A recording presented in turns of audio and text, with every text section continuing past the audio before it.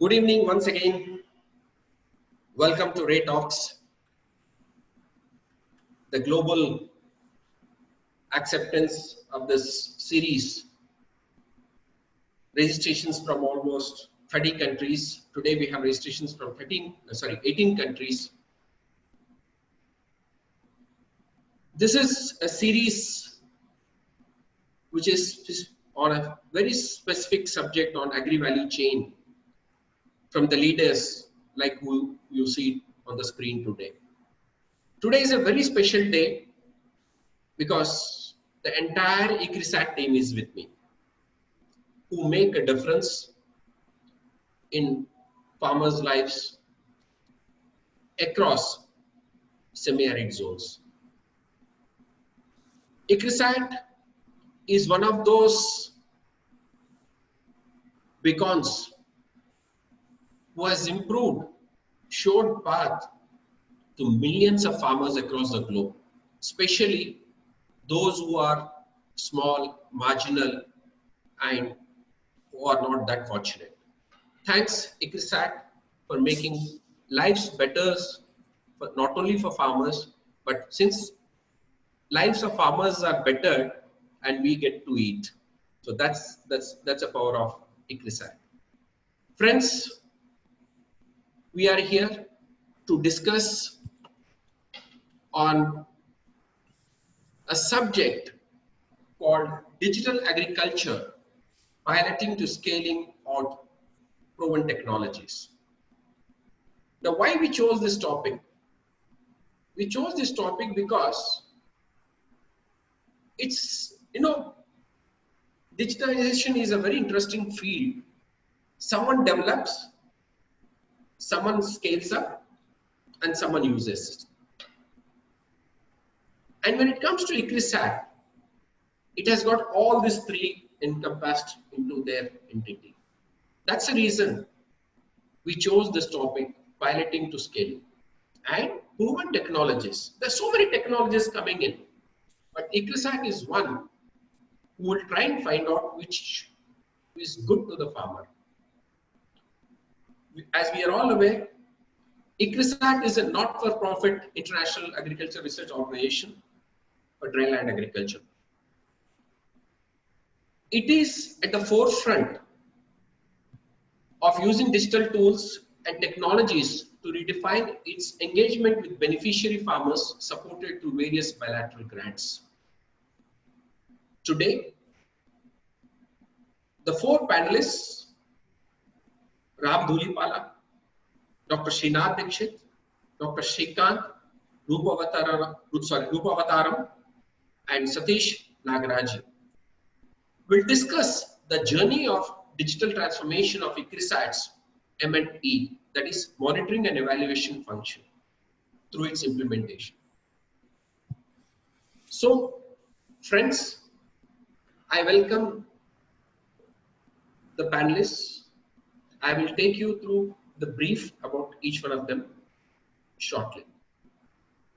As you all are aware by now, I am Raj. I founded Ray Consulting after 25 years stint with agri industry, having worked with companies like Rallis, PI Industries, Cheminova, Nagaraji Fertilizers. Somewhere down the line, when I was working with all these companies, we were exposed, we were handheld, we were developed by a lot of consultants.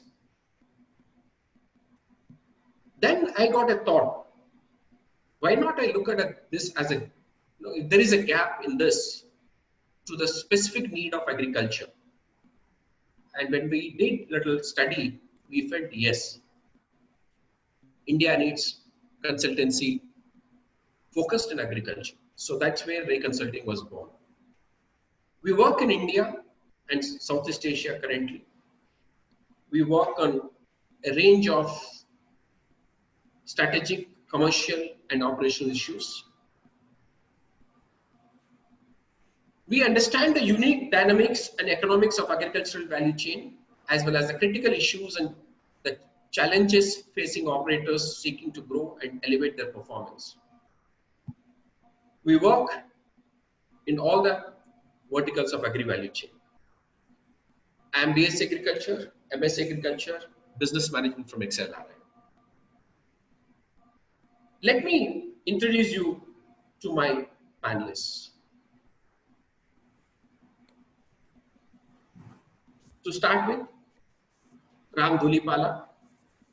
Ram Dhulipala leads the digital agriculture theme at ICRISAT after obtaining his engineering degree from Government Engineering College in Hyderabad in 2004. He worked as a software engineer in Tata Consultancy Services, and he served customers like Ericsson, British Telecom, and was into technologies like VoIP, OSI stack, and SIP programming. In his capacity as the theme leader at ICRISAT, Ram drives range of action research projects that range from piloting on the use of latest digital technologies in agriculture to scaling out proven technologies with an aim to deliver impact at scale.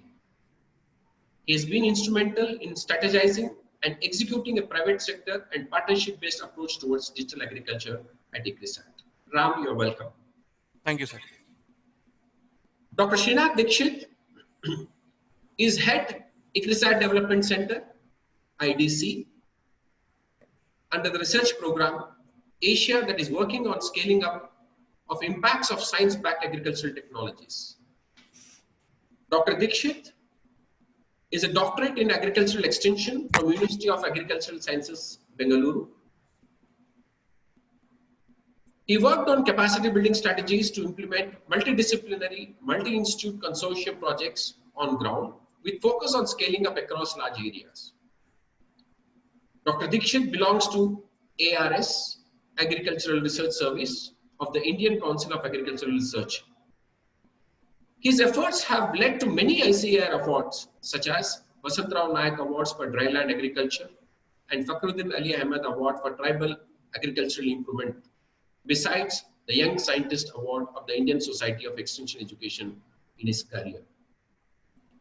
Dr. Dixit has published over 60 research papers, both in national and international journals, and has written more than 30 book chapters and several project reports. Dr. Dixit, you're welcome. Thank you, Mr. Agarwal. Thank you very much. Pleasure. Yes, same here. Dr. Srikanth Rupavatharam is a scientist in the innovation systems for drylands research project at ICRISAT. Dr. Srikanth holds a PhD in post-harvest technologies from Massey University, New Zealand, and a master's in the same field from the University of Essex, UK. He is Marshall Packard Scholar and also a recipient of the prestigious Gardner's Prize 2005 in the field of horticulture from the Worshipful Company of Gardeners, London. Srikanth received Helen E. Eggers PhD scholarship to undertake doctoral study and recently honored by the Global Challenges Research Funds with David Livingstone Fellowship from the University of Strathclyde, Glasgow. Srikanth has expertise in conducting quality assessments using non-destructive techniques and providing digital agricultural strategy for both national and global startup companies. Srikanth is experienced in process engineering of artificial intelligence, UAV, that is drones, and big data projects. Dr. Srikanth, you're welcome. Thank you, sir. And just to add a thing, Dr. Srikanth, on behalf of Plantix, is a proud winner of this trophy last year under Agribusiness Summit and Awards. Congratulations again, Srikanth. Thank you, sir. Now, the person who is implementing the project, Satish Nagaraji, he's a senior manager, digital agriculture for M&E and tools at ICRISAT. Satish is a digital innovation specialist in conceptualizing, developing, and implementing technology-based innovations that accelerate information access and service delivery, leading to sustainable development. He has led teams in developing and rolling out ICT-based initiatives to monitor, enable service delivery and development intervention across India and sub-Saharan Africa.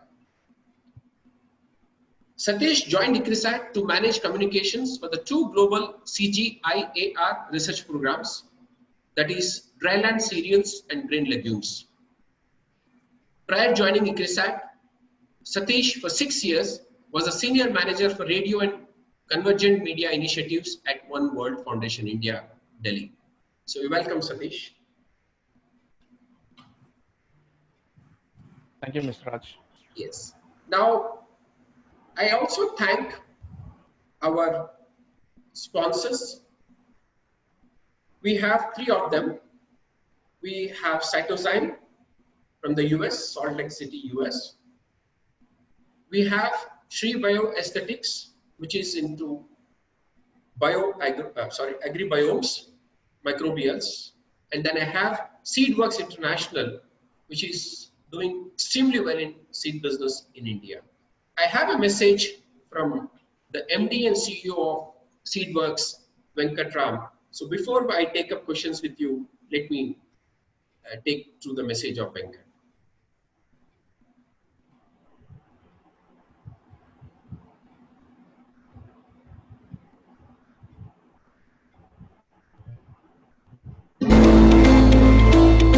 Good day and greetings from Seedworks. My name is Vasantawada Venkatram. I work as CEO for Seedworks International Private Limited, based out of Hyderabad, India.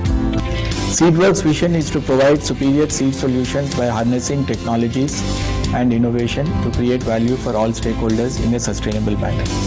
At Seedworks, we are committed to enhance the livelihood of the farming community by closely working with public, private, and civil society to meet the national goal of doubling up the farmer sector. The introduction of Agriculture 4.0 has paved the way for a new space in agriculture, which we now call as the agri-tech sector. Companies use the latest and emerging technologies in agri-sector as an engine for sustainable growth. At Seedworks, being a life science and technology company, we are focusing on digitization and innovation as levers to meet the social, environmental, and the economic growth of the seed ecosystem.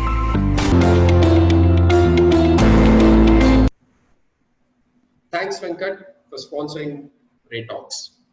So, doctors, if you are ready, set, let me start. As you see, audience number has gone up. It's just like a theater, and they're all looking forward to hear from all of you. Thank audience for taking out time on a weekend and joining my panelists who also take out their time on a weekend, and especially in these tough times when they're all working from homes and they have to take the schedule out for this. So let me start with Ram. Yes, Ram, what are the macro and microeconomic drivers for uptake of digitalization in agriculture? I repeat, I think I fumbled. What are the macro and microeconomic drivers for uptake of digitalization in agriculture? Sure. Okay. Am I audible, sir? Yes, yes. Okay. Thanks. Questions might sound a little technical, but That's this okay. is what I felt, our audience should know through you. Sure. No, thanks a lot. I think that's a very timely question. How much time do you want me to take in answering this? Maybe 2 or 3 minutes, Doctor? Yes. Yeah. Okay. Sure. So fine. I think, there's a small joke that's been running around in WhatsApp. I'm sure most of the audience would have come across. It says, what led to digital transformation in your company? And they gave 3 options: the CEO, the CIO, or COVID-19, right? And most often, look at the way we are having this session. Thanks to COVID, we are all kind of forced to, look at new ways of meeting and new ways of parlaying with one another, right? So I don't think agriculture also is, it's probably not right to say that agriculture has completely transformed thanks to COVID. But I think there are some clusters, there are some shades of where farmers also, out of their necessity, are learning to use digital technologies to overcome the crisis at hand. I'm sure, like, if you would have gone through the newspapers, especially during April and May, there were all these horror stories about, farmers have the harvest ready at hand, but not finding the transport to take it to a mandi, or, they're not having the traders, to buy the produce, etc., etc. So that was the sad part of the entire COVID tragedy. But, the silver lining to this was there were some very interesting stories all across the country where some progressive farmers using, social media tools like a Facebook or a Twitter or a, or a WhatsApp, reaching out to, potential buyers, etc., etc. So these are, I think, some very early indications that, when farmers really find the going tough, they are really willing to, adopt some of these new age tools to cope up with the crisis, right? So I do think this pandemic probably is a watershed event as far as digitalization of agriculture is concerned, sir. That's number one. The second big trend, I think, which probably is driving a lot of digitalization of agriculture, I think this is also very cliched. Very often people mention, the likes of a Jio or an Airtel.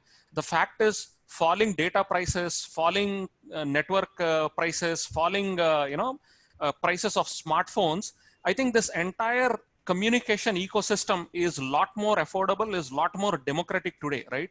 Probably in the late 90s and early 2000s, your phone, your thick fat feature phone was like a status symbol, right? But today there are more number of phones in rural India than, there are more number of people having access to a smartphone than they have an access to a toilet, just to, juxtapose the uniqueness of the situation. So thanks to some technological advances in the telecom world, I think we really are looking at some very, very cheap, ridiculously cheap data and network costs. I think this is another big trend that is happening in the telecom world, but it has a bearing on, digitalization of agriculture.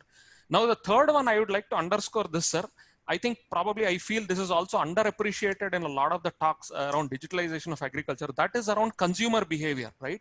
See, you can have fantastic digital infrastructure. You can create excellent apps. But ultimately, if you are not able to nudge the users or the consumers to change their behavior, to adapt to that digital intervention, I don't think that really happens. And, particularly what I feel is, if you ask a farmer, why do they buy a phone? Or why do they buy a smartphone? I'm sure they wouldn't say that we are buying a smartphone just because there are some fancy digital agriculture apps. No, I think farmers buy a phone because they know that there is a Facebook, there is a WhatsApp, they have a calling feature, so that they can fulfill their social and emotional needs using a phone, right? And increasingly, as more and more farmers start using phones for their own personal needs, I think somewhere along the line, they become a little more comfortable with their phones. And suddenly they also see, some of these new age digital economy companies like an Amazon, they start delivering services, they start, they start appearing in their rural economies. I think somewhere the consumer behavior also, without them realizing, it changes. They become a lot more comfortable with the digital economy. They become a lot more comfortable with the mobile applications, right? But I think fundamentally, this is an external phenomenon. This is, this particular trend is happening because of the tech world. But I think it has a positive spillover effect for digitalization of agriculture.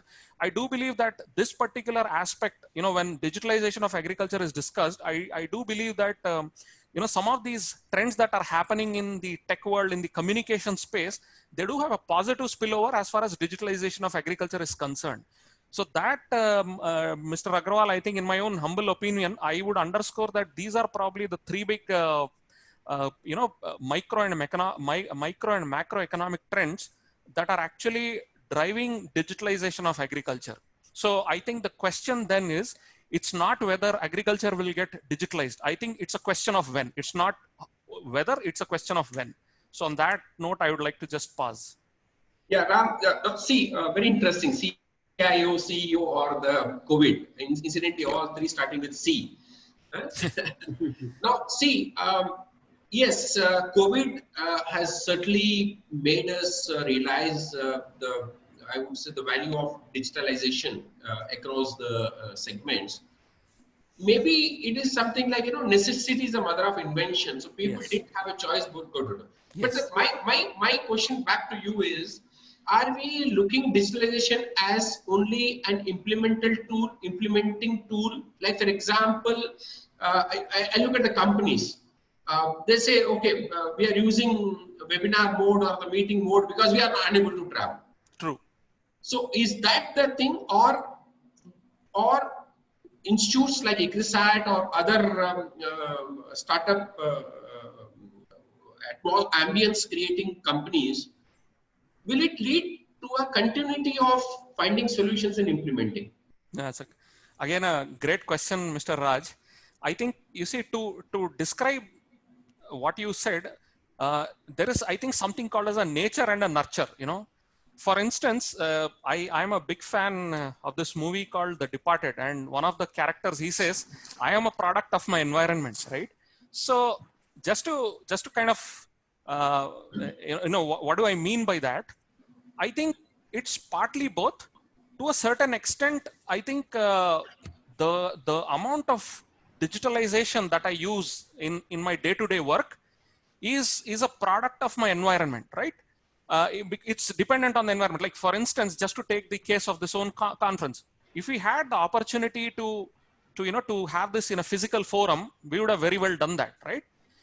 But so in some ways, but even when you are doing your conferences in a physical space, you're not static. You continuously try to innovate. Like, you try to bring in a digital streaming so that, so there are some incremental innovations that you constantly do, even in your status quo, right? So without you knowing, gradually, probably the gradient of digitalization was a little gradual. The change was incremental. But suddenly, when there is a disruption, I think that whole, necessity is the mother of all invention. It kind of leads to a disruption, and it kind of feeds back into this. So it basically catalyzes. So to kind of answer this in a one word, it's a nature-nurture relationship.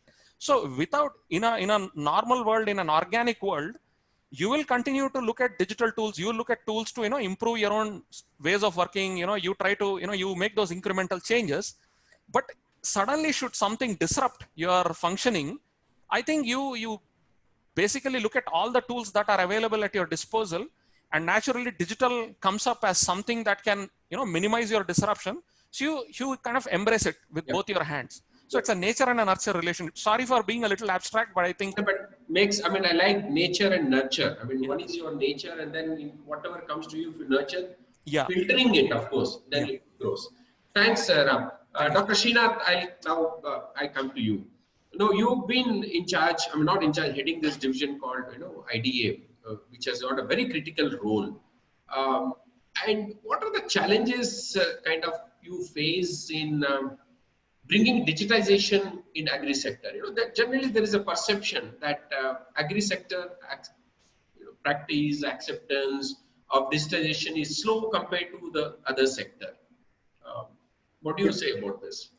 Yeah, thanks. It's a very question that is that we are confronted very often with this question. Yes, agriculture has been slow compared to other sectors to get into digitalization.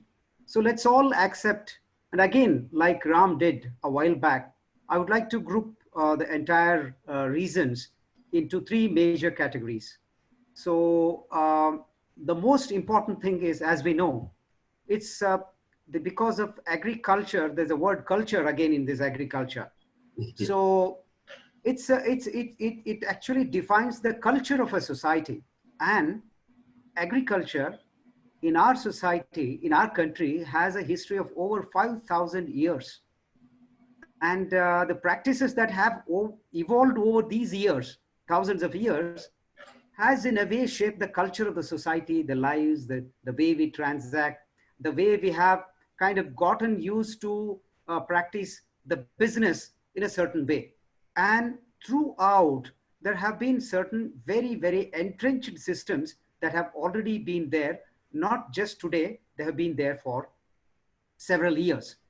So many people, when I say that, okay, digital technologies, okay, if we adopt digital technologies, can we get rid of all the middlemen? So this is something, very, very revolutionary things that we think. But we must also recognize what important role the so-called middlemen, many a times the middlemen are very pictured very badly, like they are the ones who have exploited, they are the ones who have kind of fleeced and all that. But nevertheless, this system existed for a very long time, and it kind of helped the business of agriculture to exist. So, well, they have adopted their own old archaic methods. Now, it cannot simply take a leapfrog into something very new. That is what I call it as for socio-cultural reasons. And this is the mother of all businesses. I said, this business today has given rise to so many businesses. Just examine that the whole business of agriculture comes to a standstill for about 3 months. What happens? You think other businesses will ever survive? No. Again, so many a times, I'm just reminded of a question once. A very young agricultural scientist who are inducted into this agricultural research service, I'm often invited to speak to them, to talk to them about what are the future of agriculture research, and kind of a motivational talk to the newcomers. When I was having a chat with them, one of the very young scientists stood up and asked, uh, often we see a lot of noise, a lot of news. Whenever we hear a lot of news and see a lot of media reports, when a satellite goes up into the air, the ISRO scientists, and why don't we agricultural scientists are celebrated this way? I paused for a while and I told, see, humans by nature are somewhat ungrateful. Once we are used to a level of comfort, we forget that. Okay, we take it for granted. Just if you had asked the same questions 50 years ago, you would have understood the importance of agricultural scientists. That was the time when we existed, what is called as ship to mouth existence. And today, because all our bellies are full, we are thinking of, flying a rocket into the air and doing something else. So that means we should never forget the bedrock of all these things has been agriculture, over which we have built. And obviously, because today we have a comfortable position, we can do very many things. And don't ever forget that, yes, this is an evergreen business. It can always go on. So the social cultural reasons are there. And second thing is socio-economic and socio-political reasons are also very important. Why digitalization in agriculture sector has been curtailed, I won't say curtailed, has been slow compared to other sectors. So in the modern era, although agriculture is commercialized, not much emphasis was given by policy per se. The digital technology initially harvested all the low-hanging fruits, like say the finance sector, the travel sector, the banking sector, communications, medicine, and so many other sectors, which were actually the low-hanging fruits. But this is one such a fruit which is hanging very high. It is quite complicated. It's a very, very complicated sector. And the reason, again, why is it complicated? Brings us to the third reason, which are essentially biophysical and climatic and ecological in nature. So the agricultural technologies are very, very region specific. Let us just say the 4G technology of mobiles. This technology is as much applicable in India as much it is in California or in Ladakh or in Sri Lanka or in the deserts of Gulf. But if you compare it with a new agricultural technology, let us say that we have bred a new wheat variety or a variety of ragi. Although there are two similar ragi growing regions, so one in the southern part of Karnataka and the other one is the Chhattisgarh region in the central India, the way these ragi varieties behave is totally different. So there are a lot of limitations when it comes to scaling up a particular technology without making adaptations and modifications into a large area. So this is climatic, physiography related limitations are there.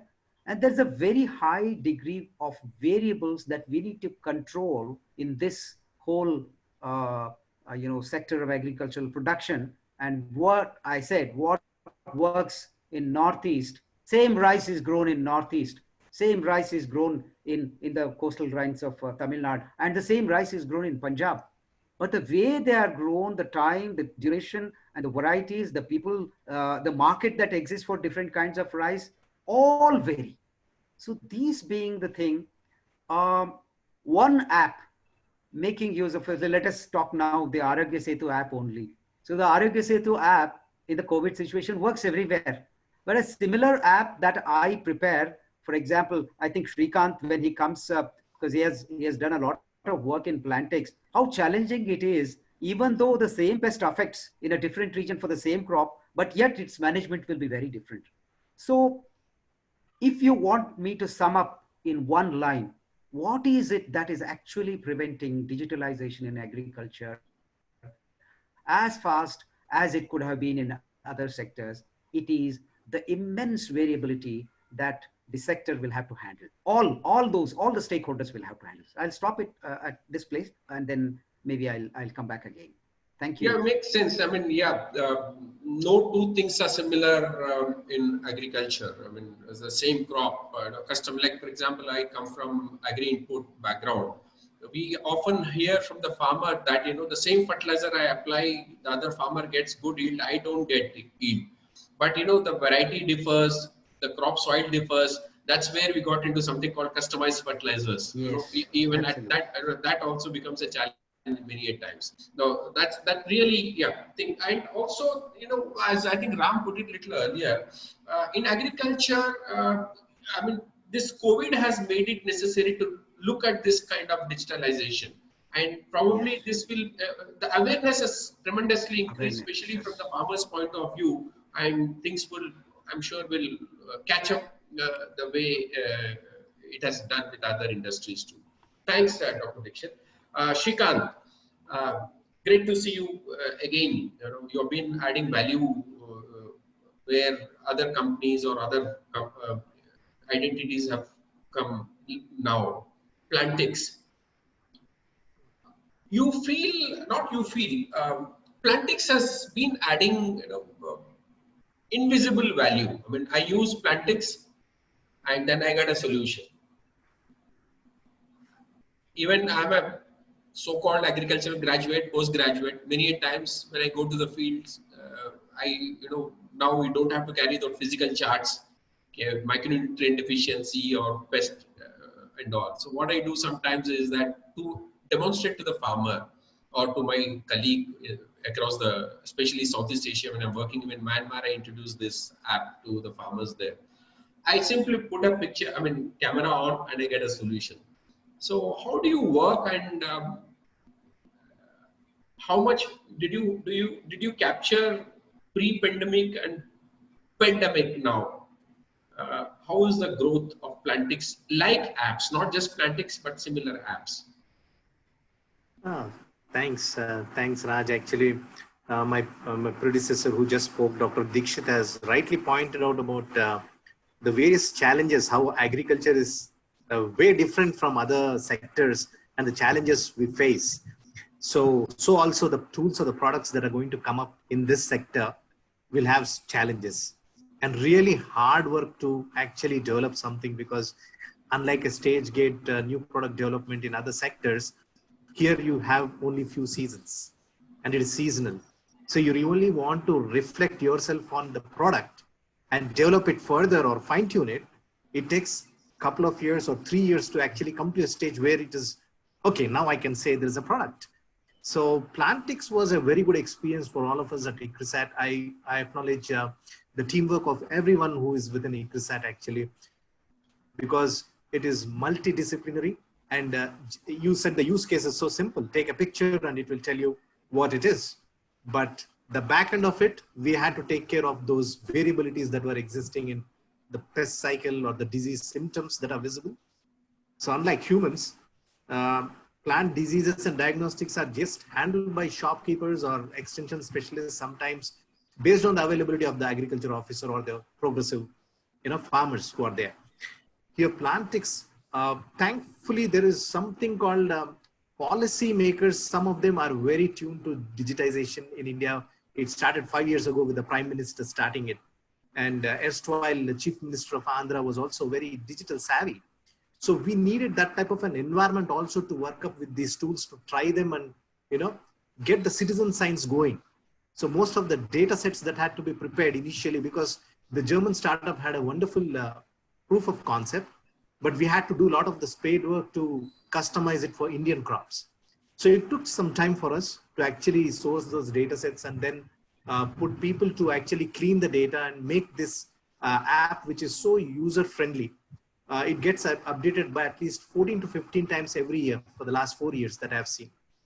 So you need people at the back end to be very reflective from the feedback that they receive from the field, and also make it demystify the technologies. See, there is a trinity of things in productivity enhancement. Yes, we all know there is a variety that can give you 30% increase, or a soil health related nutrient input that can increase 30%, and a crop protection that can add another 30%. But how can you get all this research that has been developed over years and that is lying, and give it in a palatable form to the end consumers who are our smallholder farmers? So that's where I think pre-COVID, I feel, yeah, we were doing great guns. And now I see, now there is no option. Earlier, probably if you talk to a policymaker, as the previous panelist said, the trajectory, the slope is different now. It's going on a different level. But still, I feel there is so much space for different players to come in and chip in with products, because it's still developing. We can never say there is plantings that is developed. No, I mean, it is continuously getting refined. More questions are coming. One feature that I see is, like, people asked in dry land areas, hey, weather is most important for my sowing and harvest operations or my intercultural spraying. So then they started introducing the weather 5-day forecast. So things like that got added. So once the app did not work, what should a farmer do? Can he ask somebody, the local community, or an expert? So people started jumping in and giving answers. So these are some of the things that have happened, and they're continuously happening within Plantix. And translation, a very big challenge into all the different languages that we have. We have a semi-literate people out there, and we need a product that can be easily maneuvered easily by very limited digital acumen people. So it is a 360 degrees if you have to see the challenges as agriculture itself has, and over and above that, majority of the population that are into agriculture, the problems of handling the human behavior. So we feel post-COVID, as you rightly said, yeah, there is a lot of talk, but how many can run fast to give those products or give the solutions? Because most often we see the tech companies, people have tech background, but customizing their tech software back into products needs field visits, spending time in villages, and actually understanding the problem in detail, because some of the macro problems are seen as opportunities. But I think when you have a field visit, 30% to 40% of people in ag tech companies shy away. Actually, I have continuously about this. And I personally feel that this experience that we have as a team, as my previous Dr. Dixit has said, we are still in infancy, and there is a lot of scope. And products like Plantix, we feel there is success because the end user is able to use and revisit the app when there is a use for them personally in the productivity enhancement. But there is so many areas actually after harvest, like Ram said, what happens afterwards? Now that is the real tragedy, where very few companies or solution providers are coming forward, but this is very open. Awesome. I have a long question for you. So probably I'll come in the second round. It's on integrating the app. It's something what I just thought of. So I'll just come back to you, Srikanth, on that. But yes, thank you for the thing. Now, Satish, coming to you, I think you're the person on the job who's really working on the field. See, what I want to know from you is when most of these digital applications or the solutions are in pilot mode. So in your view, what is required to be done to upscale these initiatives for full-fledged implementation? As little earlier, Srikanth was mentioning, it's a continuous cycle where innovation continuously happens. It's a dynamic phase. So when someone comes to you telling that, wow, I got a product which is implementable, so you approve it, good, great. Then what does it take to scale it up? Thanks, Mr. Raj. It's an interesting question, actually. Okay, before I could respond to your question directly, I would kind of share one statement which I think me and Ram very, frequently we kind of remind each other at office, is that don't fall in love with the solution, but fall in love with the problem. So I think that is, I think we read it somewhere, but we don't recall where we read it. So I think that is the mantra in terms of when we want to really go beyond pilots, because the thing is, when you start falling in love with the solution, then you're like just looking, I mean, just making the product better, but not addressing the problem. So I think that is where the key lies in. Okay, so first of all, we need to understand the problem. Like Srikanth said, field visits do make a major shift and change that is required. I mean, technology is available there. I mean, there's no dearth of technology options, or no dearth of I mean, applications that's there. But the thing is, where, how, and why. So these are the three major things that needs to be addressed before we actually kind of select or do a appropriate tech implementation. So that's the first thing. And also the technology or the people who come up with new technologies should not think that they did a big rocket science. I mean, it's not necessary that everything should be a rocket science, everything should be an innovation. Okay, even a small process change that could lead to incremental change in the overall workflow process, that itself is a major change. And if we start putting that together in incremental step by step, I think that will definitely make the shift. Okay, that's one point. And another point is what is happening these days in terms of when people, why things stay in pilot stage and doesn't kind of go to the scalability. I think people are so obsessed with their own creation. Okay, and they think that it's their creation, so they don't want to allow others to kind of chip in or contribute or work. I think we are living in an era of co-creation and co-collaboration. Okay, so I think we have to let others, I mean, everybody have their own strength, everybody have their roles defined. So once we are clear with like what each of the entity is going to do, I think letting in others will not be an issue. So we should go with everyone together. If you're kind of stuck with saying that, no, this is my product or this is my innovation or solution, and if you kind of fall in love with that without taking in cognizance what's happening around, then I think that's where the innovation stay in pilot and not go beyond pilots to a scale. So these are a couple of things at this level. See, you work. I mean, ICRISAT works not just like maybe like I probably focus on India, or some of the companies or other entities working would focus on the region at the most. Like I may focus, since I have clients in Southeast Asia, so I may look at Southeast Asia as a thing. But ICRISAT is, if there is something like, I remember old advertisement, whenever you see color, think of us, Johnson and Nicholson. So wherever you see semi-arid tropic, ICRISAT is to be thought of. So how do you manage to get into different spaces, Satish? You have something where you can kind of show, like, what you operate, work in Hyderabad might not be somewhere in Sub-Sahara or, somewhere in Africa. Yeah, definitely. I mean, another obstacle or any challenge. Case study kind of a thing you can kind of take us through. Sure. Okay. Another obstacle or challenge why pilots remain as pilot and not scalable is like we think that one jacket fits all. Okay, that shouldn't be the approach itself. Okay, so you have something as a base product or as a base solution. Okay, and then see what would work in Andhra Pradesh, what would work in Telangana, what might work in Odisha, what would work in Uttar Pradesh, even within India, and what would work in East Africa and what would work in West Africa. Okay, the kind of culture, the kind of usability, the bandwidth, the network, the hardware, the understanding, everything changes. Okay, so you have to kind of make sure that you're adopting your solution to wherever you're going to deploy it. Okay, it's not that like, okay, I created one thing, this is my product, if you want to use it, you have to use it like this. That's not at all the case. The first thing is to listen, understand, and observe where we are going to deploy the solution or where we want to kind of adapt the solution. Okay, just giving the example of ICRISAT, as you asked for some of our case studies, couple of two examples that I could give within the modernization of ICRISAT's M&E. We co-developed a M&E platform, and that platform is kind of like we deployed it in ICRISAT's India projects, in some projects. We did it in East Africa, we did it in West Africa, also in a couple of countries. The thing is like when we went to West Africa, the issue was bandwidth.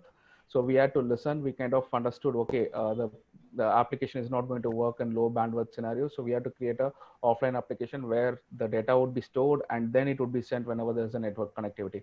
So that needs to be tweaked. When we came to East Africa, thing was like everybody was having at least a base smartphone, but the average models that they were having were far below the usual standards that's either in India or in West Africa.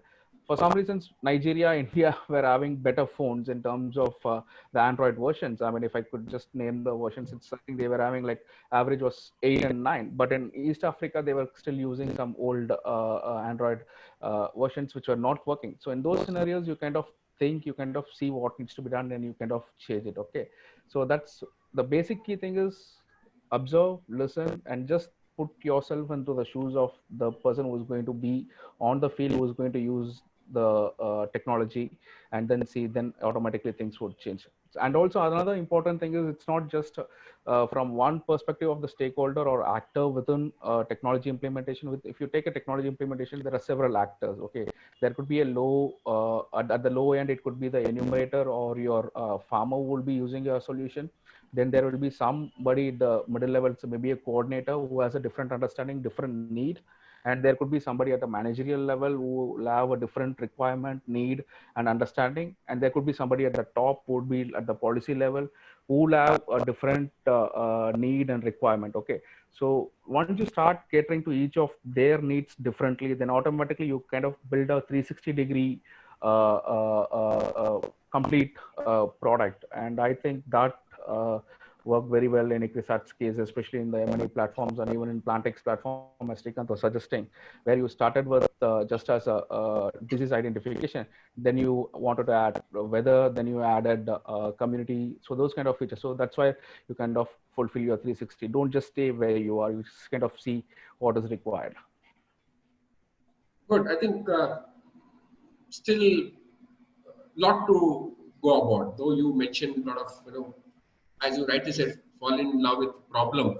So probably you are love with problem, so your solution seems to be not that far for you, right? Okay. Now I'll go. Yeah. Thanks, Satish. I'll go to the second round thing. Ram, coming back to you. At ICRISAT, is digitalization an inward-looking aspect, or do you look at the external facing? How do you work on it? Sure. So that's again a great question. So to answer the question in short, I lead the digital agriculture and youth team. So we have dual objectives. One is we look inside ICRISAT, and then we work with organizations like IDC, Dr. Dixit heads, right? All those organizations or all those units in ICRISAT which engage in the last mile with smallholder farmer. Then we try to we look at them as our customers. So we try to work with IDC or the other units within ICRISAT which engage with the farmers, and then we try to help them out with the digital tools and technologies which help them improve their engagement with the farmer, or improve their extension, or improve the data collection or whatever, right? So for instance, the M&D product, M&D modernization that Satish just mentioned about, was basically one such effort where we looked inward inside the organization and figured out that, okay, this is a gap. I mean, there is an M&D function that's happening, and using digitalization, this is how we could assist the entire ICRISAT. And in the process, as Satish has rightly described, and this in this process of actually digitally transforming the M&D of ICRISAT, we are also generating a lot of research, a lot of knowledge, which we think is relevant and useful to other R&D organizations or other developmental organizations like ICRISAT. So that is the inward-looking facet of digitalization. The outward-looking facet is a little more interesting. I'm sorry for using, is also equally interesting, to put it that way, because with ICRISAT or without ICRISAT, I think today digital technologies and digitalization are a societal phenomenon, right? So there is already digitalization impacting agriculture in its own way, right? So we, as a neutral international not-for-profit research organization, we try to take a neutral view and try to understand how digitalization is impacting agriculture, be it socially, politically, or economically, or how is it altering farmer behavior. So that is more the research aspects that we are kind of very interested in and produce the knowledge. We, after all, you see, just picking off from what Satish has mentioned, I think a trick in digital agriculture is more multidisciplinary teams. I think even, Srikanth was basically stressing on that. The beauty of digital agriculture is it brings a lot of different scientific disciplines together, packages them, and tries to disseminate that in a palatable way to the farmer, right? So fundamentally, if you're trying to package so many different disciplines, you naturally need a lot of different disciplines kind of collaborating together, right? So it's kind of a very multidisciplinary approach to the problem. And accordingly, our research that we try to do is also, we take a very multidisciplinary approach to how digitalization is impacting agriculture. So that's a bit about the external looking aspect of digital agriculture at ICRISAT. You mean to say you get when you get something or when you want to develop something, then you have something called interdepartmental coordination. Yes. And come out with a final solution product. Absolutely. Which is kind of given as an offer to the user. Absolutely, sir. Absolutely. Because I think, as Srikanth also just mentioned, like he brought, he had to work with a lot of different departments while creating plantix, right? Or while upscaling, he worked with the state agriculture universities, the state extension departments, a lot of foundations, etc., etc. Similarly, not to underscore, like within ICRISAT also, we are, we feel very fortunate that we collaborate, very well, very efficiently with Dr. Sreenath, Dixit and his group. So if you kind of look at the composition of the digital agriculture team in ICRISAT, I would say we are very good, innovation brokers. Just for a lack of better word, we are not, you can't call us like this guy is a plant pathologist, this guy is an entomologist. No, I think, okay, we might all have some specialization thanks to our education, but I think when we are actually on the job, when we are trying to deliver, we believe ourselves to be the kind of people who can bring, different people with very different skill sets together and still be able to broker a conversation. Because a lot of times when you deal with specialists, a lot of it gets into jargons. So we try to, be that moderator and ensure that, communication flows and output is delivered. Thanks, Ram. Dr. Dixit, I'll come to you. Before that, audience, we have been getting, Q&A's thing.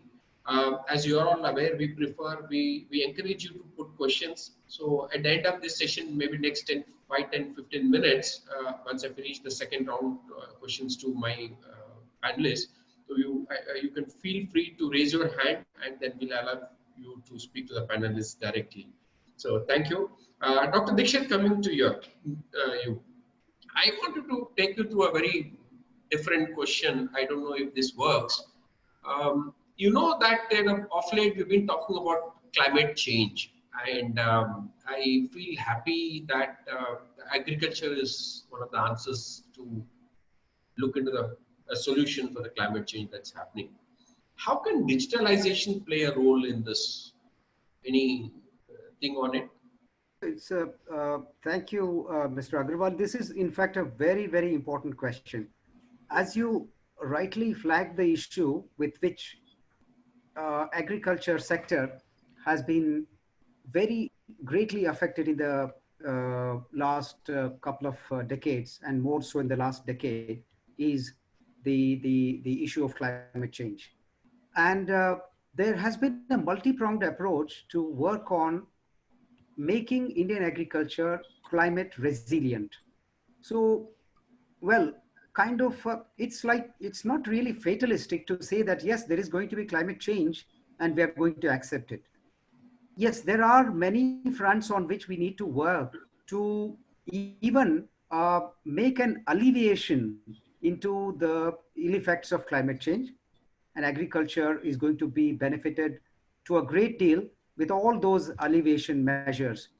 But in order to make agriculture at the moment somewhat resilient to climate change, it is a huge process of really understanding how each of the components of agriculture responds to the changing climate, which is basically a process driven by data. It's a huge data driven process. Whenever there is a process that depends on data, huge data, definitely these are the most appropriate sectors for digitalization. So first and foremost is agriculture. The data gathering and analysis needs to be addressed, and this is where digitalization can tremendously improve the quality of the data that we deal with, analyze, model, and come out with certain prescriptive measures. This is one very, very good output that we're going to have for dealing with climate change in agriculture by going digital. Secondly, the solution provision to the various challenges as we face in the regime of climate change. Let me take a very simple example of, say, water. Water is going to be the most critical input for agriculture in the event of climate change. We all know how agriculture, particularly in the semi-arid areas where more than 800 million people across the world live, are going to be the most vulnerable to climate change. And these people will really have to depend on whatever moisture regimes that are available to grow crops, and the options will go on dwindling. And in such a scenario, how can we really augment the moisture availability for a crop to complete its cycle so that there is going to be an yield?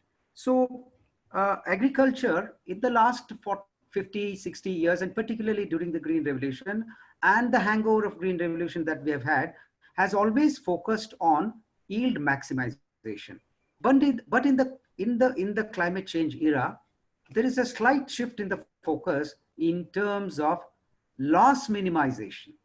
In the event of such a climate change, such a climate disaster, how do we really contain the losses is going to be more under focus than simply on how do we maximize yield. So, which is the very important aspect of coping with climate change. So in this coping, the solution that needs to be provided, as I talked about the climate change and the fallout of it on water resources, and our water resource efficiency in agriculture, and particularly in Indian agriculture, has been one of the very, very poorest.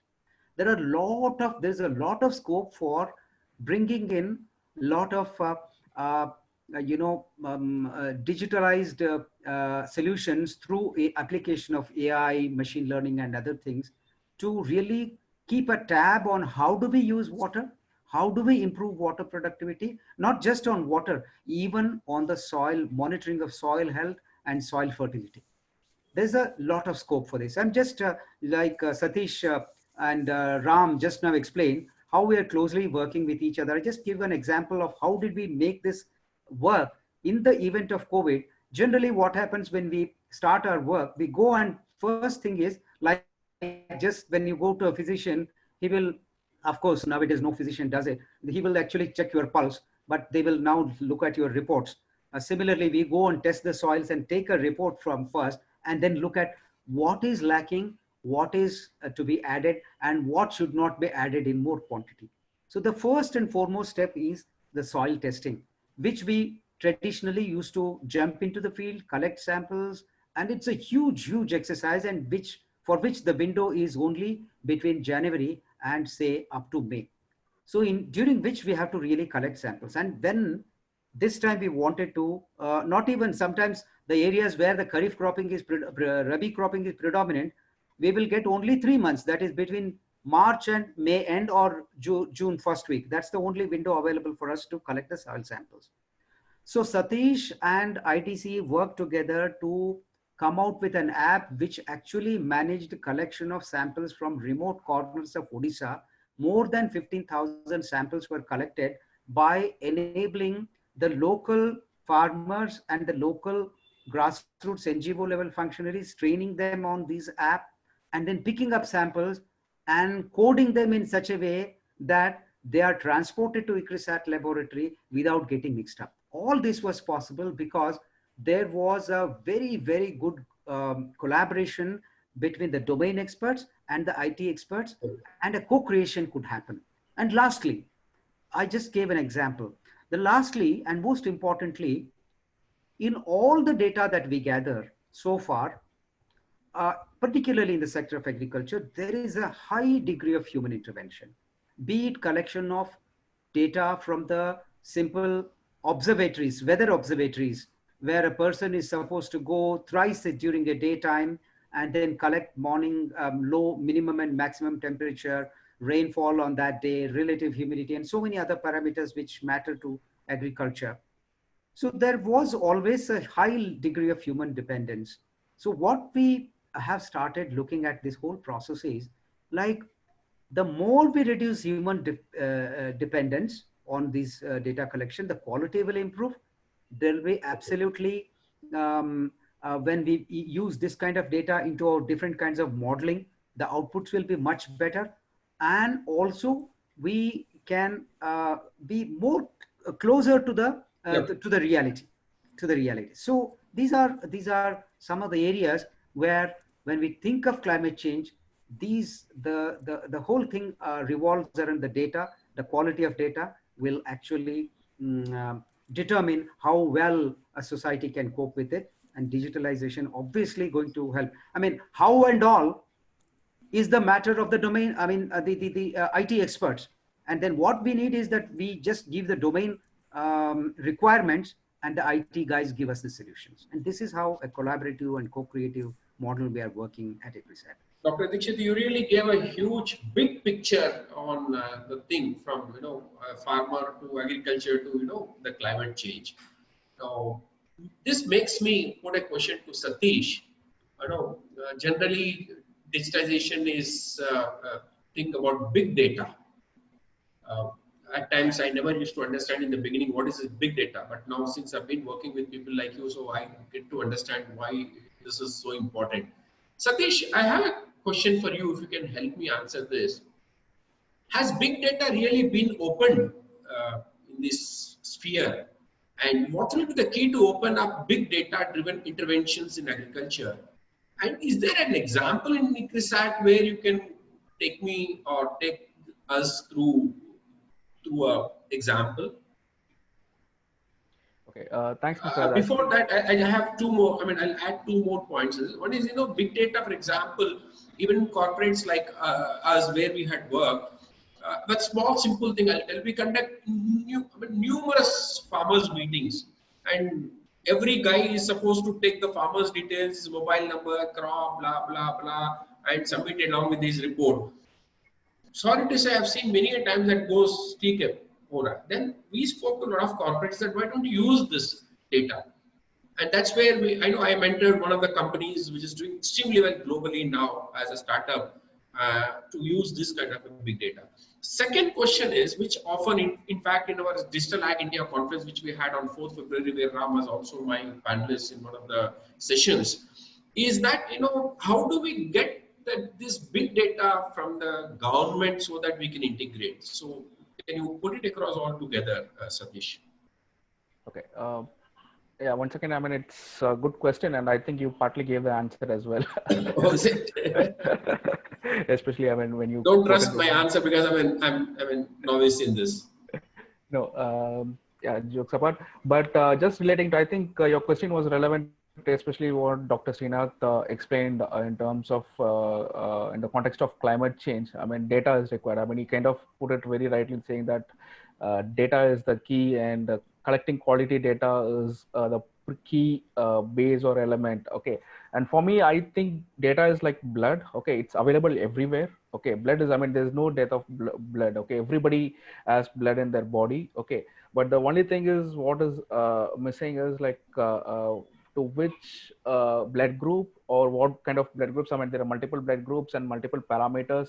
And now with COVID, you have the antigen based when you go for the plasma. So it all varies in terms of when you get into the nuances. Okay, so the data is there. And your question whether big data has really opened up, I would say it has just, we are on the tip of the iceberg. I mean what we are seeing now is just tip of the iceberg, and we are not fully seeing fully the full potential or the use of big data in our context. At least in agriculture, we have not yet started to see that. Okay, and my argument why I'm saying that is because uh, uh, there's data everywhere. I mean, there's no dearth of data. I mean, for me, if you ask, data is everywhere. But the thing is, how we tap these data, okay, multiple data sets that's available in multiple organizations, multiple entities, multiple individuals, how we tap everything together and how we make sense of those things together. So the idea is like, I mean, you have, for example, weather data. I mean, there are multiple agencies which give good weather data. For example, our own IMD, Indian Meteorological Department,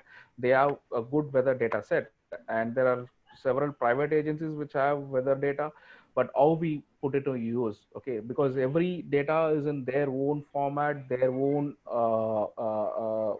what do you call formats and their own definitions. What we need to do is there should be one common system which kind of integrates multiple data sets, which can integrate the multiple data sets and kind of make sense out of it. Data is not usable when you don't really able to make sense out of it. Okay, so the first thing is data is there, but we have to make really good sense out of it. And as Dr. Sreenath was saying, like collecting quality data is very important. I mean, there's a lot of human intervention in collecting the quality data as well. So data is collected, but it is not being used. That's my what do you call concern that I'm seeing. Okay, there's quite a lot of data, historic data, and the current data also is being collected. Let's take the example of our own WhatsApp groups. I'm sure like all the participants and all of us might have like at least 10-15 different WhatsApp groups of our different projects or things that we are handling at work. And every day the group kind of communicates, okay, I did this, and this is the information. But after 2 days, once you want to go back, it becomes a difficulty in terms of tracing what has been done. So there's no system to kind of channelize those data into usable data. So that there's a difference between data and usable data. So I think that is first thing that we need to do to kind of make sure that big data is being used. And you asked the example of ICRISAT. Yeah, what we're trying right now in a couple of our initiatives, especially the M&E initiatives, is that, okay, we use geolocation. I mean, the GPS references of demo plots or intervention plots where our farmers are working. It could be, so we distribute new variety seeds and everything. So we kind of have the geo reference. We know when they sow the seed, when they kind of harvest, we know the complete entire details, everything. What is the area that was available, what kind of soil that they had, everything. So that is the primary data that we collected through our M&E applications. Okay. And what we are trying to do now is we are kind of using the geo location. We do kind of look for other secondary data sources. It could be weather data sitting in like different virtual weather stations. It could be satellite imagery data that could be there. So we are trying to kind of harvest those kind of secondary data and kind of overlay with this and kind of provide added insights and analysis to the project teams or the researchers, where by that looking at that, okay, they know, okay, this particular area, this was the weather during this particular cropping period, maybe this 15 days when it was flowering or when it was kind of close to harvest, and this is the rainfall that it had, so the water conservation might be this. So we are kind of trying to kind of harvest different data sets, multiple data sets. It could be weather, it could be satellite imagery, but it could be also socioeconomics data. I mean, you look at World Bank, you look at FAO stats and all those international organizations, there are quite a huge data sets that's available. So how we kind of make use of that. For example, if you want to kind of, let's take a small example of district level this thing. So I want to do a new project, so I'm doing some intervention. What if I mean, definitely for Government of India has a huge data sets. It's in my government, I mean, my data initiative. Under that platform, they have quite a lot of information about that district. So all those data can be easily what do you call ingested, and we have to make use of it. So again it comes to the thing, I mean, what I discussed in the previous round. I mean, you need to understand what needs to be done. I mean, it's kind of what is the problem. I mean, just understand the problem and create a solution according to that. Awesome. I think big data needs big understanding, at least from a person like me. Thanks, Satish. Srikanth, I would like to put a question to you to wrap up the second round. And I had actually prepared a different question for you, but when you answered my first question, I thought I'll slightly modify my question, but because of lack of time, not lack of time, I thought out of two, I need to ask one. I'm trying to kind of get it like this, there are apps like Plantix. Now we have, like if I take, we have government one on side and the corporates on the other side. Now, if I go through most of the corporates, they have their own app. Like suppose if it is a pesticide company, it would focus on pests and diseases. If it is a nutrition companies, it would speak on deficiencies and the solutions.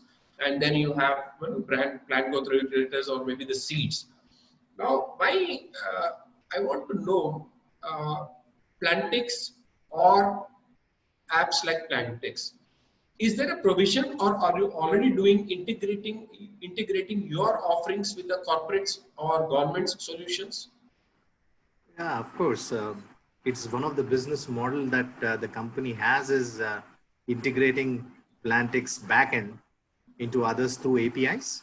So I can't reveal the names of the companies, but there are takers now because it is very easy now with the APIs integrated into the products that already the companies have. And that's how some extra actually income generation can happen to these free applications. So you're right, actually, that is already started happening. And this data, which is a treasure, actually, I would like to say, Satish, actually, the big data even generated through Plantix, it's a huge, I can say treasure because of the GPS location and the pest and disease locations that we have for the last 4 or 5 seasons. So what we did is automate even prediction of a disease on a 50-kilometer radius of the user. If they are a tomato grower, what is the most likely that you will be hit in the next 1 week? Because 50 kilometers radius, all the growers, we have the data pulled up and actually automated to the user who is using this in their field. So this type of prediction actually now started because the primary data that is collected through apps like Plantix, we never had the luxury of having this type of quality primary data earlier. So big data is into picture, and they now call it data science, but it all started with statistics. So integrating it into softwares and automate them using AI. So it's happening. So the reason why I put this question was for 2 reasons. One is, yes, for you, it's more of a commercial sense because yes, you can sustain or probably you can put in a lot more money into development and, research. The other one is I'm looking for a point that, governments and the corporates, they have this last mile connectivity with the farmer. So where probably, for example, I sitting here, I may not be able to reach. I'm not telling that Plantix can't reach, it can reach. But you have a rider in the form of corporates, like they have that reach, and especially in these times where, when they're trying to reach the farmers, forget about the channel is at least approachable. The farmers are looking forward. I mean, the other day I had, you heard Venkat Seedworks speaking today, his message. He was on my Ray Talk show little earlier, and he said, Garaj, we were surprised when we saw that farmers even use Instagrams and Twitters. So to that extent, this social media is helping to reach the thing. That's the reason why I felt, tying up with the corporates. And probably, I'm sure there are again 3 types of corporates. I keep talking with in India. You have so-called large multinationals. You've got a lot big national players.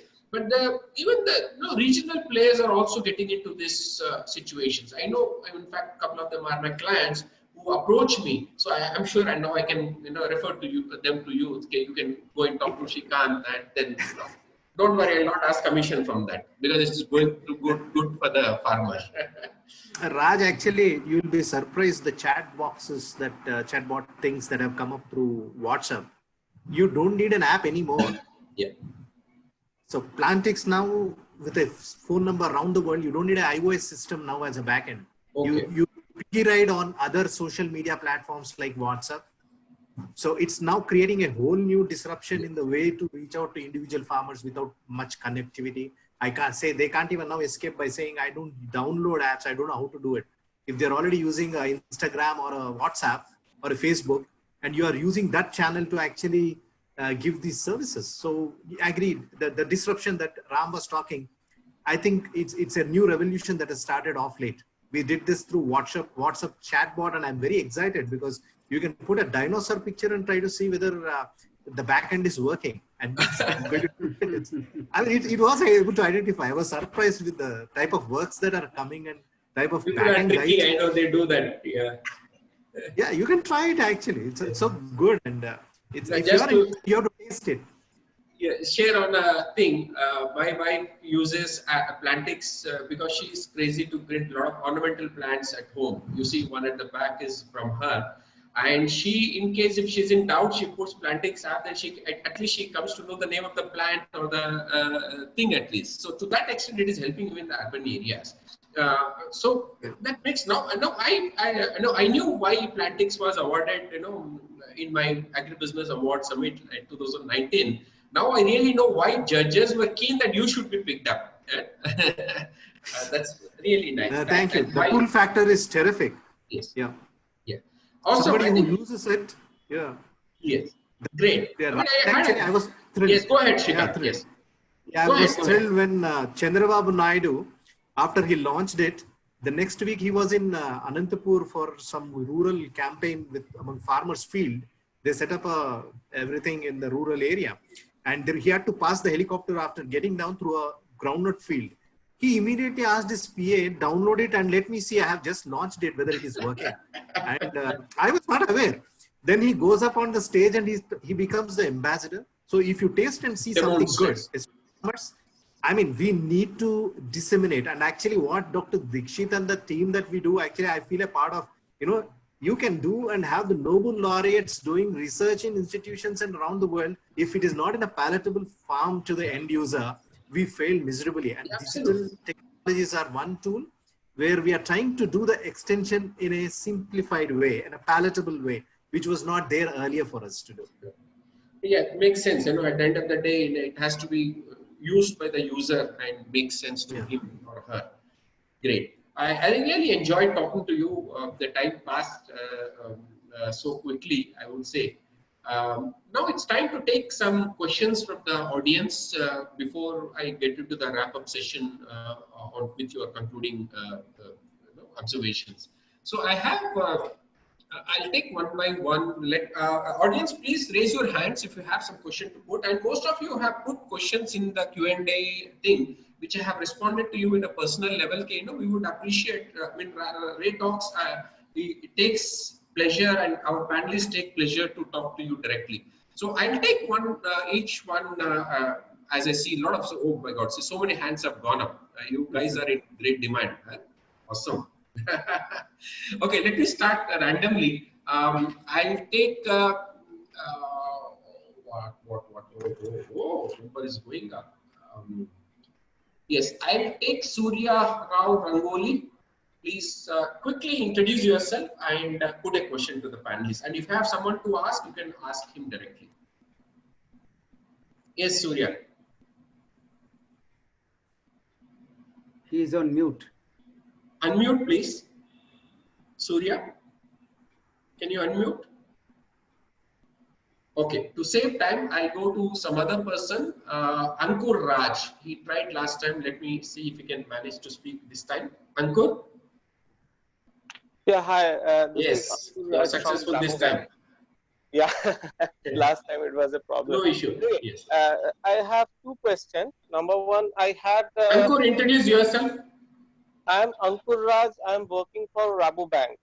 So previous to this, I was working with UPL, and I had the chance of running one of the biggest call centers in this industry, where we try to use this artificial intelligence and all to sort of give messages to farmers about right time of sowing and all. So it was a very interesting exercise that we had done from UPL through our call centers. Yeah. So I have two questions. Number one, the thing is the type of, I think if we were working with a model with Microsoft, that was based on the type of work that ICRISAT was doing. Okay. Now the issue was that when we used to shoot these messages to the farmer, yes, this is the pest prediction. This is the time your pest will come into the field, and we used to check the responses, see whether the farmer is hearing in or not, and based on that, we used to decide whether this kind of interventions are successful or not. So what we found is it was becoming very difficult to make out whether now let us say an advisory based on this artificial intelligence, either whether it is really working or not. Okay, because the farmer could spray a pesticide before that, or you may not use the pesticide. So it's very difficult to make out whether the advisor is determined by artificial intelligence, is it really working or not. So how do you go about that? That is my one question. And my second question is, Ankur, let us finish the first question. You have someone in mind to answer this question? Yeah, I think so all of them are experts. I think whoever is best can take that. Yeah, not a problem. Yeah. Yes, Srikanth.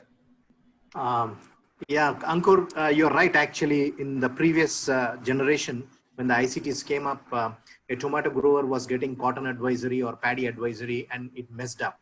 Thousands of messages have been sent, and now this is where actually AI could streamline and classify those messages based on the user. So, for example, you are a tomato grower, you get only the right information at the right time of your sowing season. Actually, if it was sown 2-3 months before, you will not be talked about giving a varietal advisory at that time. So these type of things AI has benefited, and one of the features of Plantix was actually, if you are a user and you're a grower, all you have to do is chip in your sowing date, approximate date, and the crop, and based on the stage of your crop, actually the advisory starts kicking into you because you're already registered through the app. So this was not there before in the ICTs. One of the real challenges of ICTs was in the dissemination going to unwanted. So after giving 20-30 messages a day, the farmer will be fed up to look at any of the messages anymore after 1 week, I'm telling you. This has happened. So that's where AI is able to now chip in with customized user-based, whatever you need user. I think when you get a solution, you will be more interested in using. That's where the apps like Plantix or even other apps which are coming with weather features like MakeDo is very specified based on the user's requirement. So that's where we have chipped in with this, and we see a big difference. When the user gets their need met, they will be repeated user and they will have some thirst for coming back again. Yeah, quick second question, Uncle, though we have got a lot of people waiting. Thanks. The second question is, what should be the role of government in providing data for all the companies or any such agencies? What do you think it should be? Because AI and all, it all depends upon data at the end of the day. So what should be the role of the government for all the corporates or any agencies, anyone? Okay, sir, I think all of us have a view, and I think all of us share the same view. We do think, I think agriculture particularly is a very highly regulated industry, and I think government has the largest resource. You know, it has the largest quantum of data, right? So having said that, I think with all due respect, government has every responsibility for protecting privacy and ensuring that data isn't misused. But at the same time, in the digital economy, data is an important element for innovation as well, right? So all the AI-based applications or all the cool stuff that we are speaking about, they need a ton of data. If you want to train your machine to do ML models, you need a ton of data to train your machines, right? And obviously government has that greatest asset, right? So somewhere government needs to kind of come up with a very proactive arrangement wherein the privacy and, you know, the data gets protected, but at the same time, this valuable resource is also available and kind of can support that digital innovation. That's my personal opinion. I do think most of my panelists also will agree with me. Yeah, just to add to, You want to add something? Yeah, just to add to that. So basically the data actually belongs to the farmer. Okay, first of all, the data belongs to the farmer. It's, I mean, the government or any organization that's collecting data are just custodians of those data. So the custodians need to, it's not that their ownership, okay, the custodians need to have the responsibility of sharing the data with other players in a responsible manner that is actually communicated with the farmers, I mean the owners of the data. So that needs to be there. So there needs to be a policy framework and industry-wide guidelines to kind of do that. Thanks, sir. I now unmute Shivam. Thank you. Thanks. Yeah, thanks, Ankur. Thank you. Shivam, Krish, you can put your question. Hi, Hi, can you hear me? Yes. Yeah, hi, I'm Sivam Krish, CEO of Go Micro, talking to you from Adelaide, Australia. Wonderful listening to you all and understanding the challenges. Just want to know, you're a government agency and it's just incredible you're working with private companies like Plantix. We are a similar company developing phone microscopy solutions with AI. What is the framework? What are the limitations? How do you look at startups and working with them? You've done a terrific job with Plantix. I really admire what you've done, but what's the general policy around? Yeah, this question is for Srikanth. Whoever can answer it, I guess you all have Okay. something around this. Yeah, maybe I'll just answer, Yes. Mr. Raj. So thanks, Sivam. I think ICRISAT in that sense, I'm proud to say that we've been one of those leaders within the CGIAR system where we demonstrated a very proactive approach in terms of working with startup. Plantix is of course a great example where we really worked with Plantix, but back in India we have an incubator where we try to support a lot of digital agriculture startups that are very similar to Plantix. Of course, Plantix keeps getting mentioned because Plantix has really hit it off. It's like our crown jewel. But having said that, over the course of this incubation facility called iHub, we started this in the year 2017, where the idea was, we wanted to have this neutral institution, which was like an innovation broker between the agricultural disciplines and the tech startup ecosystem. We kind of incubated close to 20 digital agriculture startups. Plantix is of course the most successful one, but there are other startups that we've also managed to successfully create. Like there's another startup called Kalgudi. Then we had another, Intello Labs was there with us for some time. And in fact, Satish also mentioned that sometime back we co-created a product in partnership with one startup, and that startup is called Verdentum. So with Verdentum, we also co-created a product. So we've been very innovative in the sense, in the way we've been engaged with the different startups that have expressed a desire to work with us. Maybe any of my other panelists also can chip in, because I think very honestly, this has been a very collective journey. It's not been an individual journey, so to say.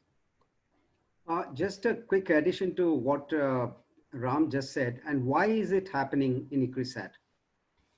The ecosystem that ICRISAT has created has everything under the roof of, or under one roof. Like, you have you could be facilitated with the domain expertise. You have co-learning and also learning from the errors that others have committed in that space. And you can also test some of your product with the ongoing projects which ICRISAT is actually doing right now, either on ICRISAT's facility there itself on a 3,500 acre campus, or in more than 2-3 dozens of outstation locations where projects which IDC, like my unit, runs across the country. So these are some of the advantages which the startups can get at under one roof. And this is probably the one-stop place where any startup that wants to make a headway in agriculture-related digital products could think of. Thank you. Yeah. Excellent. Thank you. Thing I want to add actually. Yes. One important thing, Raj, government skill projects, we all know. People are not there to carry forward the idea after the funding is over. This is one of the biggest problems in post-project sustainability measures of many projects that we have seen, many schemes. Unfortunately, nobody takes it up. And here is an opportunity for private companies or startups to own up their babies and nurture it and monetize it in a way that will be shareable, like it can be bearable also by the end users. Here we are talking about smallholder farmers or farmers who are semi-literate in the whole ecosystem. So we believe that the private players never had this opportunity before, but I think they have the solution and they can own it up. And when they nurture it and they look at profitability and making the products which are going to be long run serviced and paid, then it will sustain. Otherwise, the sustainability that we talk about without the profit that the company or the idea guy or the people who intend to service If that is not taken care, I think it will be a failure. So I really appreciate the intervention of the startup companies and the opportunity within ICRISAT, as Dr. Sreenath and Ram says. It's a very unique way of testing these waters for us, and we believe that future is there when there is profitability for everybody in the ecosystem. Yeah, thanks, Shivam. Thanks for joining us all the way from Australia. I have now Mohammad Nizar. Can you introduce yourself and have a quick question? Yeah, thank you, Agarwal sir. Good. Actually, we are a small group of farmers here based on Tamil Nadu. We are developing a blockchain traceability for our produce. What is the produce? Thereafter, we want to, this is a post-harvest system. So we want to give the weather report, mandi prices, these kind of information to our farmers. They can produce better. We are concentrated on quality, not is the quantity. When we have a 200 kg lemon we take to action market, we will actually reduce the price. Okay, you know that. So we want to accelerate our product first to get the better product. So we want to produce that kind of things. Here, I want to know whether we giving information to the farmer, how we are scalable all these things. I mean that how are you giving a 5-kilometer radius weather report to them? What is how you guys are what is called actually I don't know how you guys are in your. Hope your question is understood. One of the panelists who can help you. And one more thing is for Plantex Sreenath car. Can we use your API, all these things? We are not a MNC or something like that. We are just 15 members of farmers. So can we affordable to all these things? Coming to the second question, actually, it is freely available. You can download it, 15, 50 people, 500, 5,000, no problem.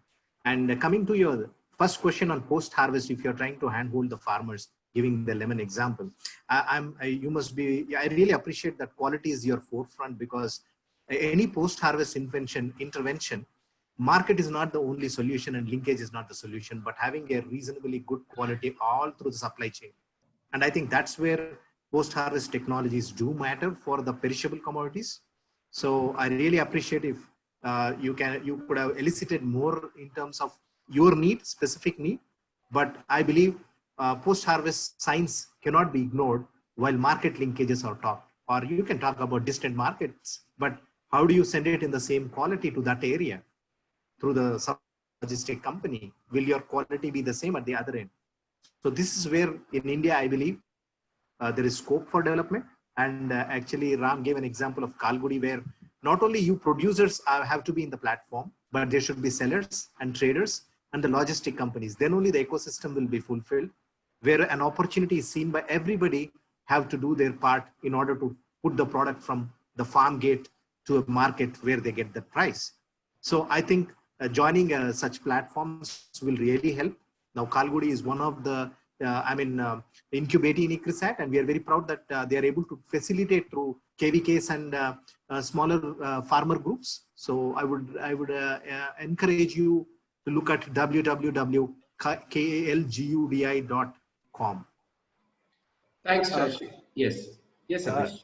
Nizar, I think your, my understanding of your question was slightly different. I think you wanted to know how these examples of applications could be used in your, with your farmer group. I think that was your question. If that was your question, then my thing is like, you need to tell what is that you're looking at. I mean, you said like weather. I mean, are you looking at weather for what and those kind of things? And based on that requirement, there are quite a lot of different solutions that are available. Like one classic example for post-harvest market linkage is Kalgudi. Okay, likewise, even during the crop production in terms of pest and disease identification is Plantex is there. So you kind of identify what is actually required for your group, and then we can suggest any application. Actually, we are building a platform for our own. That we are building our platform for our own. What we think is there is no necessity to reinvent the wheel again. Exactly. Latex is already have that. What we thought is we can become a partner of them and utilize all these things. Yeah. That is the most I think. And what is I mean that I'm giving some information to our farmer. How I scale that? He have we give the this kind of information, so he earned this kind of money or this kind of whatever you call it. How you guys are scaling all these things? You here some of guys are telling that they are reduce the 10%, 15% of the pesticides or something like that. Even they reduce the post harvest losses are reduced. But how you guys are giving this kind of information? How you scale all these things? I think since I'm from agri input thing, see what Nizar, what you're trying to put a question is, how do you reduce the cost? Probably that is one of the questions you have in mind. See, technology will help you to one, early detect, so that you can take precautionary measure instead of getting into what we call curative measure. So that's one of the very important things of using the technology. Two, once you have the right what you call problem in hand, you will find a correct solution against that. So these two combinations will help you to within your organization or elsewhere. It's nothing to do with called scalability. It is on how effectively you use this technology. Then things would work very well. Yeah. Thanks, Nizar. Yeah. Thank you, sir. Thank you. We'll move to the next thing. I think I'll take quick two questions. Dhananjay, yeah, please unmute and have a quick introduction. And I request the audience to put crisp question instead of explanation. Hi, Dhananjay. Can you unmute? Dhananjay Thakkar? Okay, he seems to be lost. So I request Sudhir Goel. Mr. Sudhir Goel. Yeah. Yes. My question is crisp. Can you introduce yourself, Goelji? Yeah, I'm a former additional chief secretary, government of Maharashtra, working on the field of agriculture and marketing. And now welcome, I'm a sir. freelance consultant. Now, my question is how to integrate numerous ag-tech applications across the value chain for greater benefits to all the stakeholders, especially farmers.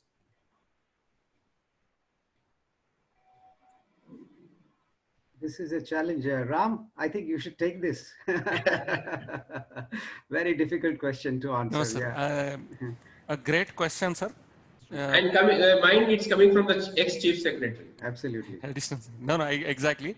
But yeah, so, personally, I've been tracking this space. I've been trying to understand this space for the last 3 and 4 years. There are no easy answers, but I do think any ag-tech upscaling in agriculture cannot happen without the involvement of government and the public extension system. I think that is absolutely clear. Second, I do think that India, in India, we have created some fantastic grassroots institutions, be it our KVKs or the various extension mechanisms. So if you actually see the digital agriculture revolution, or, the way different digital agtech startups are actually, kind of upscaling their interventions, inevitably you will see 99% of them, somewhere they are actually riding on the success of a state, a rural livelihood mission program, or a KVK, or an extension, right? So fundamentally, at least my thesis is that for digital technologies or agtechs to really succeed, you also need the analog complements, as we would like to call them, right? And those analog complements are grassroots institutions, right? For instance, so that is where I think the public sector, the public funding can actually create infrastructure like a KVK or the state extension machinery or the manpower on the ground. And government then probably can have a slightly more enabling policy, a little more favorable policy, where some of these agtech startups that are trying to bring out a lot of innovation, they should be given access to some of these public assets that have been created on the ground, right? And end of the day, sir, I think we also have to, appreciate the fact that, you can only draw a horse to a well. You can't make it drink, just to use, sorry for, using that example, but end of the day, you can try to provision digitally enabled services at the last mile, right? And then hope that, you know, at the last mile, the actors who are actually, you know, delivering that digitally enabled services, they have the local intelligence to customize the solution or to localize the solution so that the solution actually solves a really problem on the ground. The problem is if you try to centralize this whole notion of solution creation, you know, it again comes back to that straight jacket fit, you know, sitting out of a Delhi or a Hyderabad or a Bangalore, you try to create a solution which might work in a few pockets, but probably, you know, for that solution to really solve a problem on the ground, it requires a lot of localization, right? So for a solution to be really acceptable and kind of for it to address a whole host of problems, starting from pre-season planning all the way till post-harvest and then linkage to market, you definitely need that last mile infrastructure, which I think in India, the government has done a fantastic job. It's just that we probably need to reconfigure and rethink the way we can use our existing public assets and use digitalization as that catalyst to really, you know, for instance, you know, I'll just give you a very quick example, sir. Most startups, if you kind of scan the entire digital ads startup ecosystem, most of them have a problem that address a specific point, like a plantix, it addresses a pest or a disease. Somebody gives a weather advisory, right? But for a farmer to really succeed and, you know, to ensure that they have sufficient income, you know, just that one data point at a given point in time for a specific activity doesn't succeed, right? So we have to understand, you know, digital interventions are just a small, you know, you're addressing only a small pain point of a number of activities that a farmer has to do, right? So for you to really bring about that convergent approach to solution provisioning, you probably need a very different paradigm in the way you deliver digital solutions in the last mile. I mean, we do have some ideas inside our head. It counts for a slightly more elongated debate, but that's my, you know, limited answer, you know, what I could give. Thanks, Ram. Thanks, Goel, sir. Now, I think I'm proud, I'm honored that, you know, we have an MOU with ICRISAT and we are working together closely. I've worked with a lot of scientists, but, you know, very rarely you come across something called practicing scientists. I know you all guys seem to be doing that. You know, you seem to the field scientists. I mean, most of us, otherwise I remember I was fortunate that, you know, I met Dr. Swaminathan several times, you know, who's India's father of agriculture. And he created something called, you know, lab to land. Now, if that, as you rightly said, KVKs and all, if in India, all this lab work that's happening in the fields or in the lab, if it's taken to the land, I think nobody can challenge India's agriculture. And that's exactly what we have a discussion on 15th August, hopefully, you know, with some of the thinkers joining us to speak about, you know, their vision of doubling farmers' income in next couple of years, that is 2022, with all this integration. It is not just a digitization integration, but how do we bring all the aspects of agriculture so that, you know, a farmer develops and then India becomes a, again, you know, global entity in agriculture. Dear panelists, it was fun talking to you. So much knowledge I gain by conducting this Ray Talks, because each time I bring in people like you, I get to gain. Just a quick wrap up, I mean, maybe a minute each for you. Can you give takeaways to my audience and to me? Dr. Dixit, to begin with. Thank you, Mr. Agarwal. Well, it was as much fun and educative for us as well. It was, I mean, very well organized. I'm so pleased to see the quality of questions and the level of participation by these participants. Thank you. It always, you know, makes us think, you know, they're challenging our thinking, and this is really what is required of this kind of intellectually stimulating and challenging webinars.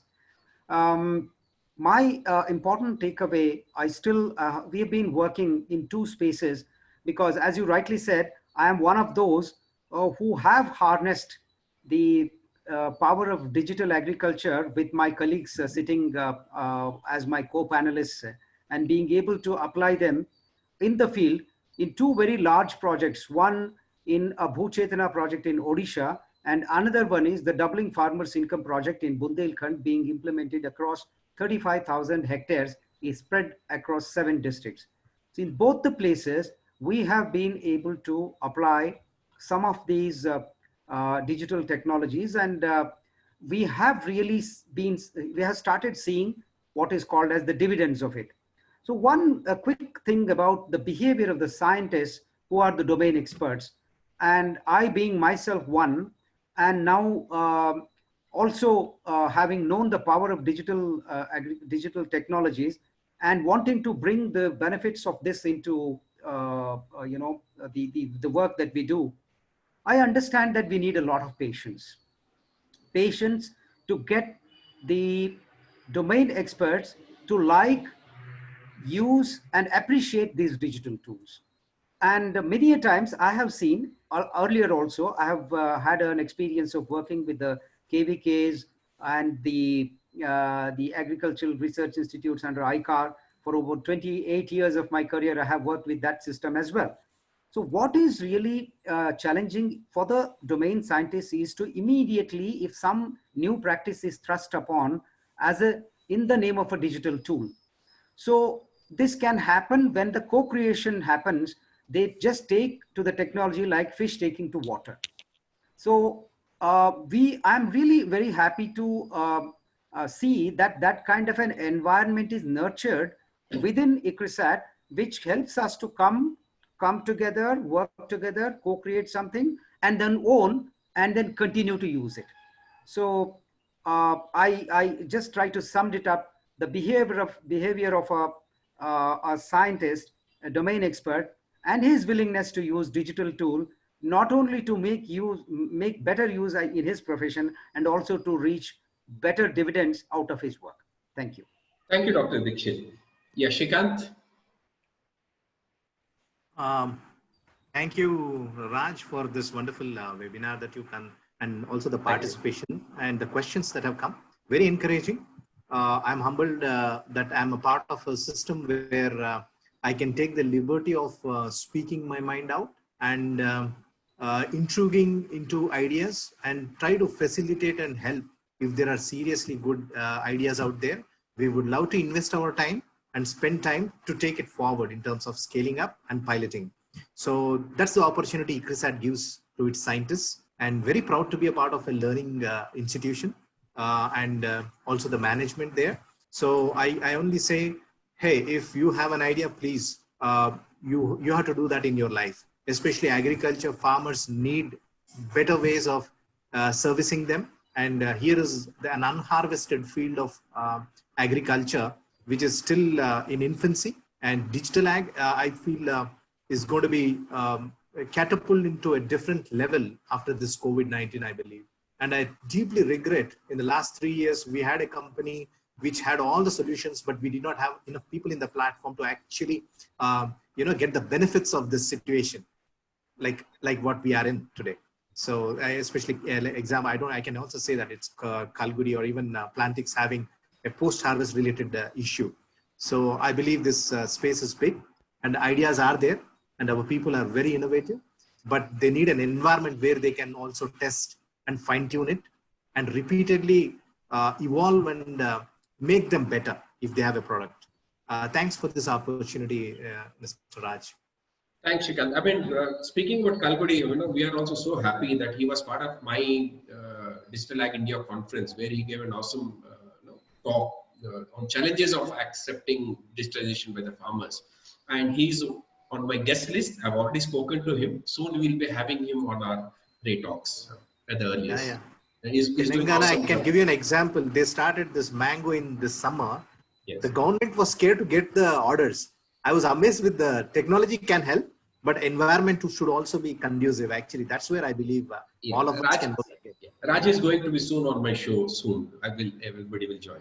Yeah, Ram, to sum up on your behalf and overall. Sir, on a very sorry, light... sorry, I missed. I'll come back to Satish. Yes, Satish, yeah. I thought I missed Satish. Yes, Satish. I'll come back to you now. That's fine.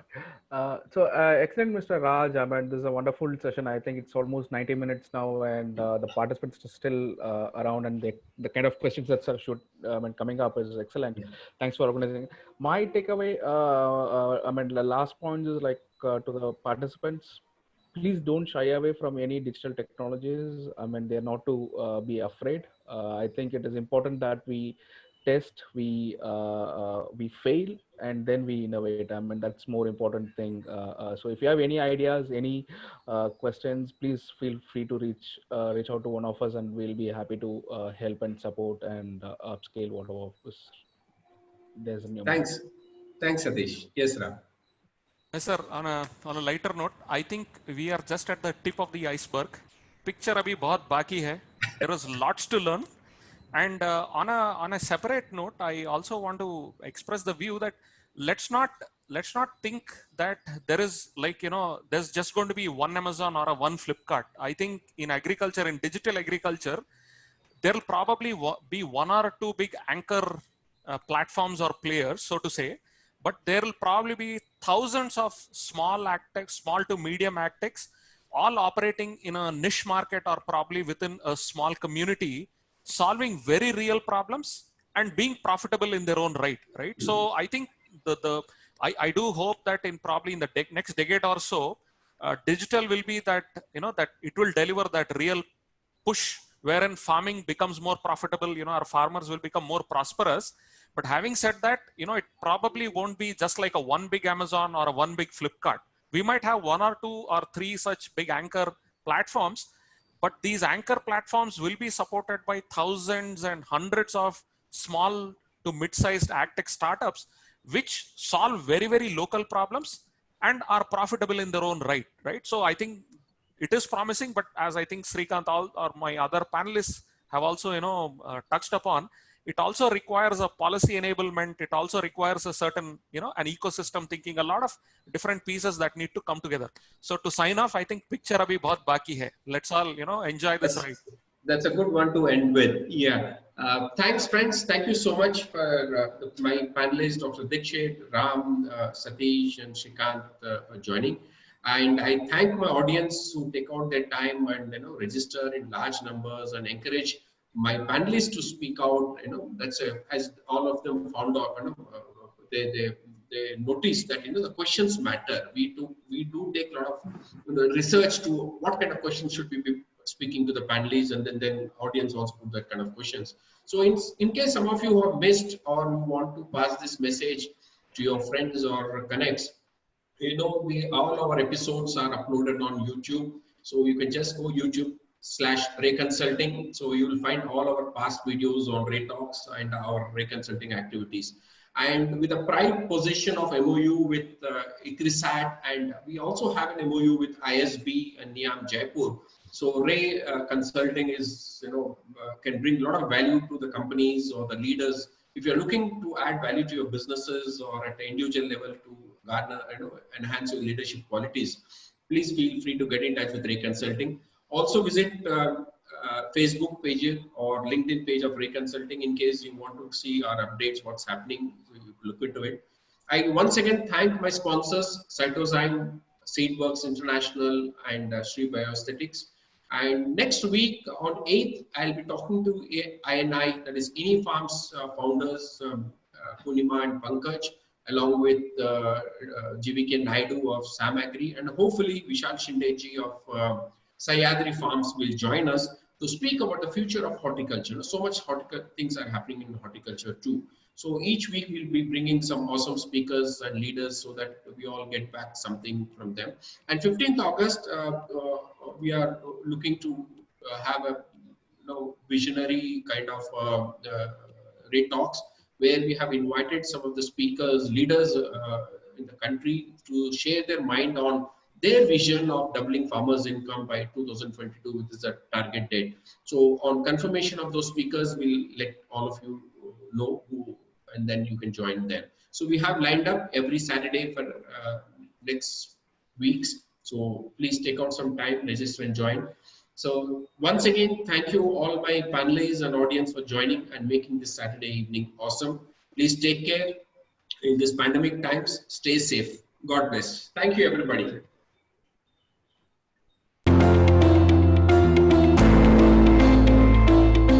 Good day and greetings from Seedworks. My name is Vasantawada Venkatram. I work as CEO for Seedworks International Private Limited, based out of Hyderabad, India. Seedworks' vision is to provide superior seed solutions by harnessing technologies and innovation to create value for all stakeholders in a sustainable manner. At Seedworks, we are committed to enhance the livelihood of the farming community by closely working with public, private, and civil society to meet the national goal of doubling up the farmers' income. The introduction of Agriculture 4.0 has paved the way for a new space in agriculture, which we now call as the agri-tech sector. Companies use the latest and emerging technologies in agri-sector as an engine for sustainable growth. At Seedworks, being a life science and technology company, we are focusing on digitization and innovation as levers to meet the social, environmental, and the economic growth of the seed ecosystem.